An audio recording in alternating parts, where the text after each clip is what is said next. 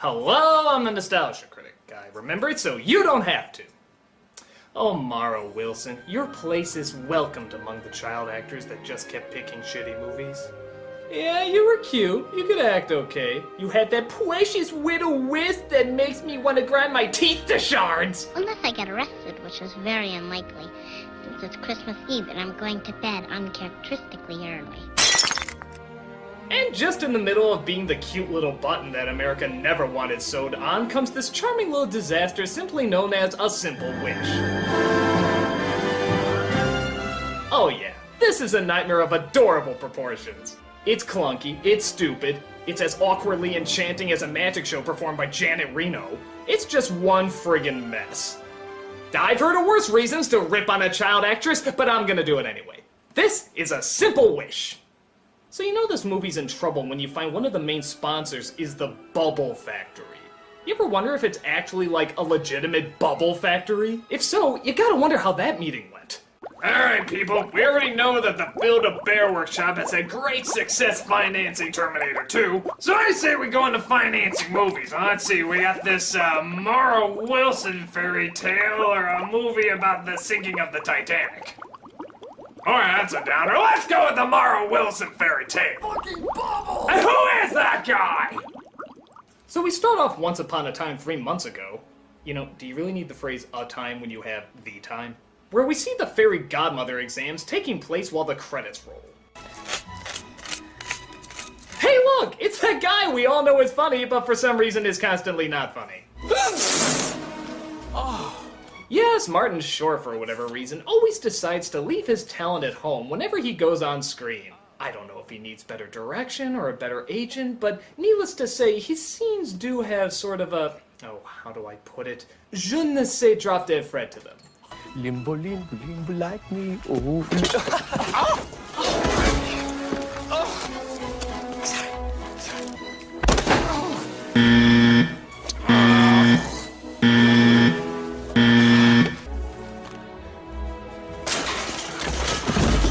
I was on SCTV! Really? Cut to 3 months later, so present day, you could have saved 6 letters there, where we see a horse and buggy ride driver named Oliver, off to pick up his kids.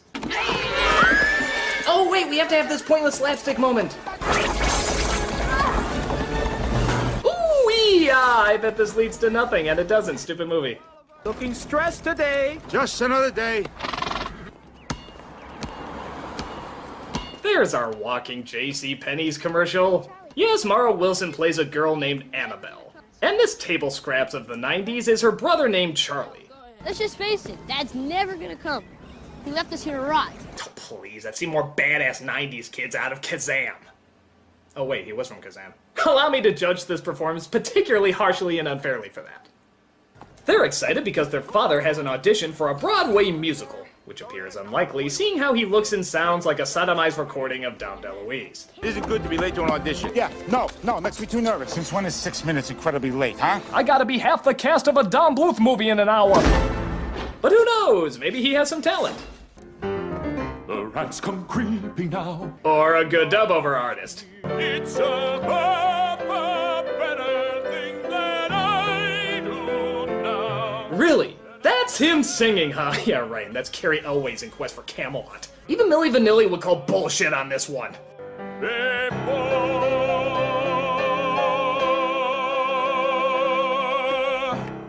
And for my next audition, I'll sing Charlotte Church and Josh Groban both at the same time.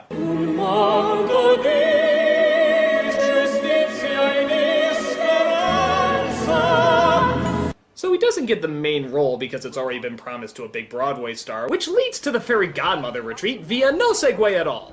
Hard to believe another year's gone by. Why do we have to check our wands? Really, I feel naked without mine. Well, it's like in the Old West.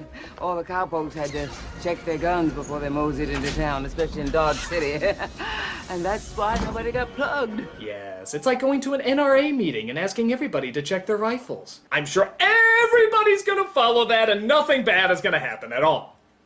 But one fairy godmother forgets to make it to the retreat. Guess which one that is? You don't look a whole lot like the one in Cinderella. Oh, you mean the whole guy thing? Can I ask you something? difference does it really make where the magic comes from? Indeed, as a middle-class white American male, we have been oppressed too long. Boy, this is some swell room, huh? Well, Missy, look at all the gas. Step away from the unfunny writing! Hello there. My name is Murray. So while you might be wondering why he looks like Doctor Who if he graduated from Hogwarts, Murray realizes he's late for the retreat and leaves Annabelle accidentally dropping his magic wand behind. But little does he realize not showing up might have worked out, for an evil witch played by Kathleen Turner shows up, and is here to outmug Martin Short as much as she can. A witch? Moi? Oh, you can't be serious. Do I look like a witch? Well, you know, you really should leave. And by the way, yes, that is Terry Garr from Young Frankenstein as the secretary. Roll, roll, roll in the lame. I'll go. But before I do, I remembered what a healthy appetite you have. Terry Garr and a healthy appetite? I'm gonna use my get out joke free card on this one. I brought you a little something from my garden. Oh, my. That is the reddest apple I think I've ever seen. Oh, it tastes even better than it looks. Yes. When has a woman offering an apple ever led to any unpleasantness in past literature? What is with you? I've got to pee.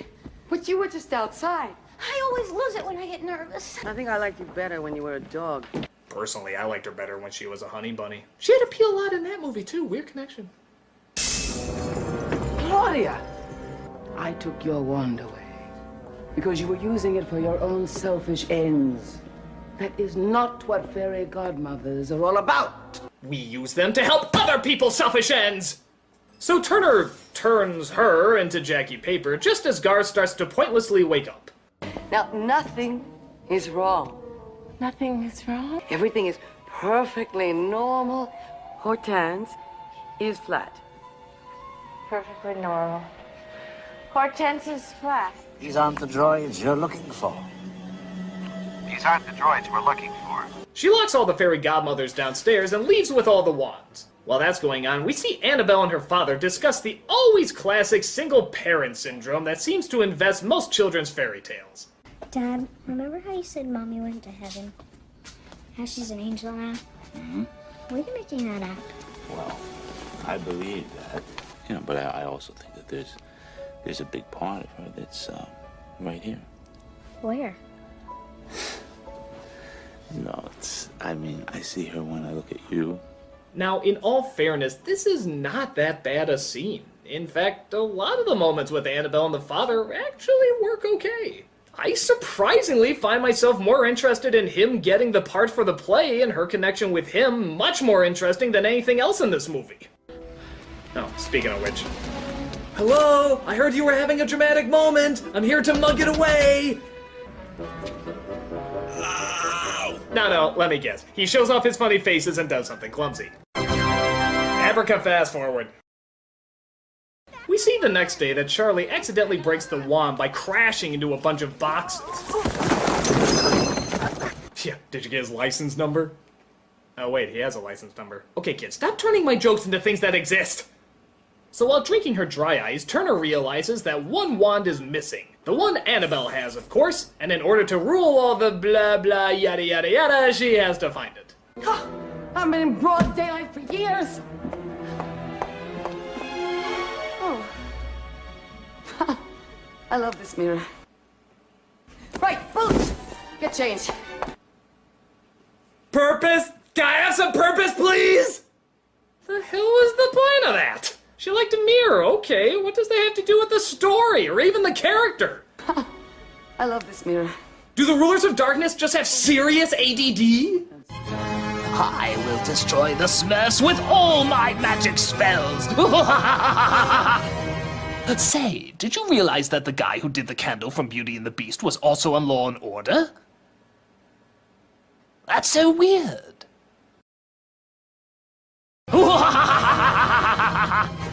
So while at school, Annabelle tries to put her wand back together, but the teacher is not pleased with her lack of focus. Oh, please, can't be any worse than this lack of focus. It's something I have to fix. It's not our assignment.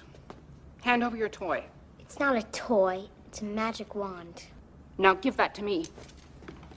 Don't make her go Matilda on your ass!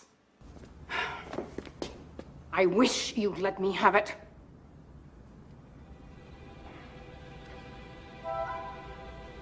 Oh, I can't wait to see what this is building up to! Shaboo! Fucking nothing!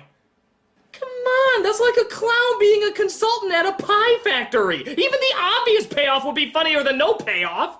I wish you'd let me have it. See, it didn't make sense, but it was something. So she leaves the classroom and comes across Murray, who, despite seeing that the wand is broken, thinks he can still get it to work. I wish that when my dad sings tonight, he gets the part. So you can do it?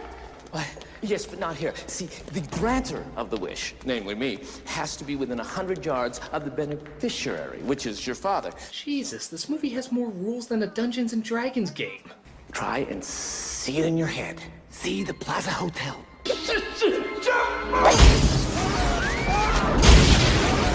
Okay, that doesn't happen, despite how nice that would be. But we do see them accidentally end up at the Plaza Motel in Nebraska, which is not as impressive. Oh, you're unbelievable. Can't you even admit it? Admit what?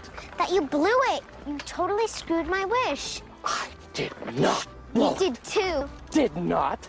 Did too. Did not. Okay, as fucking riveting as this dialogue is, why doesn't he just transport them back? Why are they still there? Is that ever explained?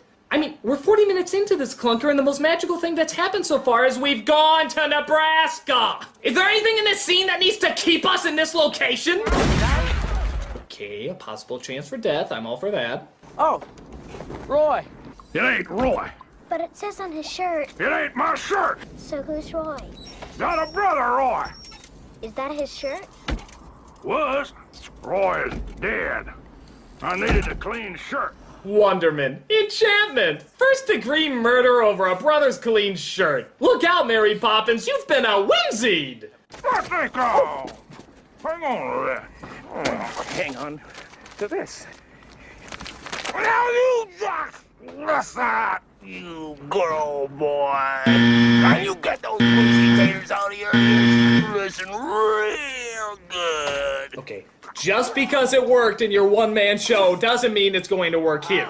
Not everyone has a My Big Fat Greek Wedding. Hey, stop right there. What you gonna do? Wave it around, turn me into some little bunny rabbit. Do it, Murray. Turn him into a little rabbit. Fuck him up, Murray. Fuck him up something good. Shampoo!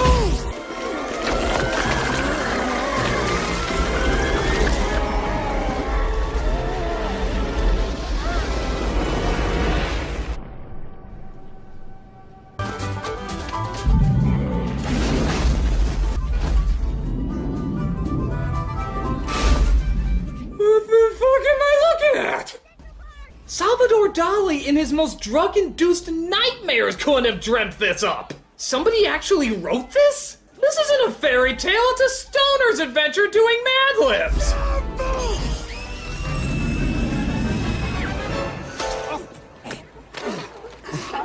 It's my favorite part of Central Park.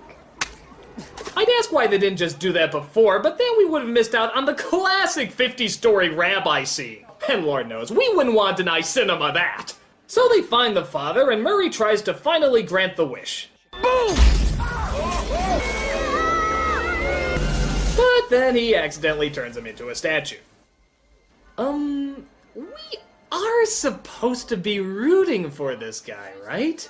I mean, there's making mistakes, and then there's just committing these horrible crimes of hell magic. At what point do you draw the line? I wish that when my dad sings tonight, he gets the part. Absolutely! Zoom, zoom, zoom, zoom, boom! Oh, I accidentally started the Hunger Games. I'm so sorry, people dying everywhere. But you know, I'm so quirky! So they head to where the fairy godmothers meet so they can figure out how to get their father back. Only to find a flattened Judge Doom here. Surprise! I tried to keep my wish simple. There's no just such like... thing as a simple wish. If only that were true. This spell of Murray's, it must be lifted before midnight. After that, your father will most likely remain a statue forever. You promised her what? Nothing, I just said that we'd get the wands back. Yeah, another nice segue. We don't know why getting the wands back will fix everything, or why they can't just wait for the other one to be fixed, or why they can't just find another one. I mean, there has to be extras. Or why the hell they can't just unlock the door and ask one of the other fairy godmothers down there to help. In fact, do we ever see them again? I don't think we do. For all we know, they're just left down there, starving to death, hanging on to what little life they have. Good news, fairy godmothers, you're free.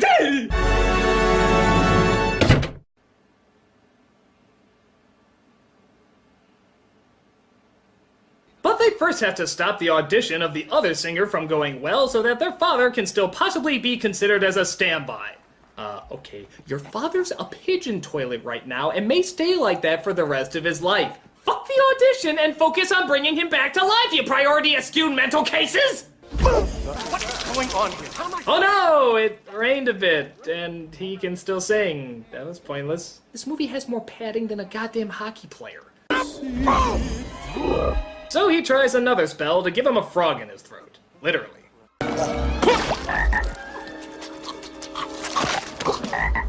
Oh, come on. The pencil sketches for Prince Naveen look more three-dimensional than those frogs do. But the dog lady finds the two of them and decides to take them to Turner. Boots! Any of you fucking pricks move! And I'll execute every motherfucking last one of you! So she takes them to the witch, where she forces them into the most evil, disgusting, horrifying torture imaginable.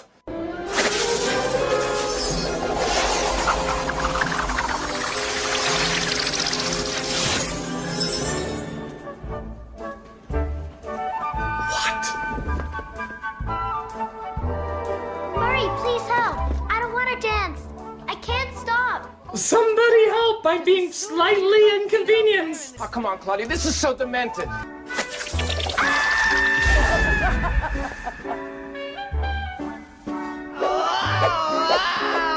Won't anybody stop this mild nuisance?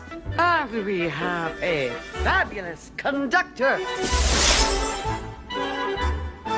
Oh no, she's conducting now! The horror? Help me, Murray! Help you! Help me!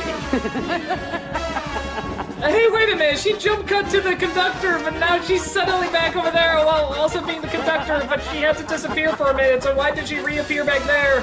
And what did I say earlier? What the fuck am I looking at? Yeah, that's right, what the fuck am I looking at?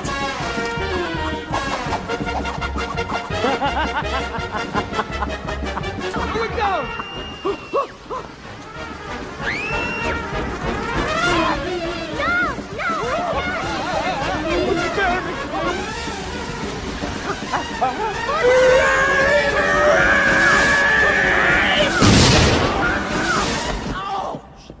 I give up! I'll tell everything you want to know. Just get me a better agent! But the brother sneaks in and gets them the real magic wand. What follows is a climax of whimsical effects. I mean, I know nothing can outdo that jump cut from earlier, but still they're pretty impressive for a first-year CG student. And Turner accidentally zaps the mirror, which somehow causes her to get sucked into it. Yeah, that was the connection from earlier. Remember how she said, "I love this mirror"? That apparently was code for, if I zap this thing, I'll be entrapped in it for all eternity. You know what would have been more constructive and explanatory? If she said, "Hey, if I zap this thing, I'll be entrapped in it for all eternity." Scripts. They're not just for plays anymore. The wand turns everything back to normal. The singer gets into an accident, which means the father gets to perform. Of course he's a big hit, and they all live goddamn stupid movie ever after. So, on a scale of 1 to 10, this blows. The story's not very focused, the comedy's not very funny, the characters are not very relatable, and even the effects are ridiculously lame. Granted, some of the scenes between the father and daughter work, and to her credit, Mara Wilson isn't all that bad in this. But I'm sorry, I'm just not a fan of her movies. I mean, it's like everything Mara Wilson touched back then just turned to crap. I mean, look at her, with her couch, her modern-day haircut, her 25-ish-year-old body, her vengeful eyes that seem to be looking directly at me right now. Hello, Critic. Mara Wilson? I heard you've been saying some pretty nasty things about me. Oh, hey, forget it, Missy. You knew what you were doing back then as a kid. If you didn't want people like me making fun of your work, you wouldn't have chosen so many crappy movies. I don't care how old you were. So you think kids should be held accountable for what they film, no matter what their age? Damn right, sister! Because I came across some interesting videos from a little town called Bothell, Washington.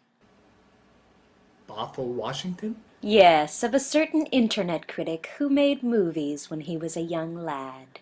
You're bluffing. You don't really have those videos. Roll the film. I'm in Humpty Dumpty. Ah, isn't it wonderful? Oh my god, I thought I had these burned! I'll tell you what the problem is. We are aliens. Just look at those performances. So restricted, so reserved, truly the epitome of subtlety. Shut up. And just look at those glasses. Only a true master of character would wear something so hideously embarrassing. You're a regular Daniel Day-Lewis. Shut up! And how brave of you to go with those braces. Tell me, was it meant to look like your teeth were eating over them? Shut up! The acne is a nice touch, too. I bet you purposely never showered just to get that effect. It was Seattle during the grunge era! None of us did! Oh, and you must have been a fan of my work. We have the exact same hairstyle. Damn you, Mara Wilson! Unnatural, unkind! Oh, and how did some of that dialogue go? No, It was brilliant writing. you wouldn't dare. Totally unforgettable. Mara, please! Ah, now I remember. I like wearing women's clothing. It is fun. No, damn it! No, you didn't see that! Turn it off! Turn it off! Oh, yay, the Daily Night! Oh! My god, how could you be so heartless? How could you be so cruel? Unholy she-demon! Well, so long, critic. I'm sure now that the public have seen your brilliant choices as a child, they'll be just as accepting as you were of mine. Mara